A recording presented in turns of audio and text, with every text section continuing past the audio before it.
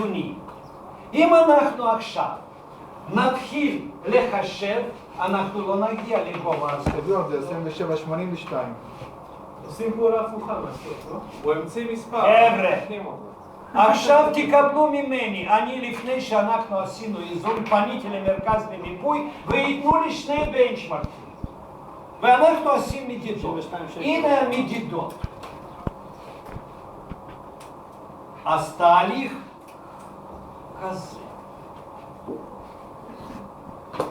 אם אנחנו, בעצם מה אנחנו עשינו כדי לקבל נקודה נוספת? אחורה מינוס קדימה. אספנו לראשונה.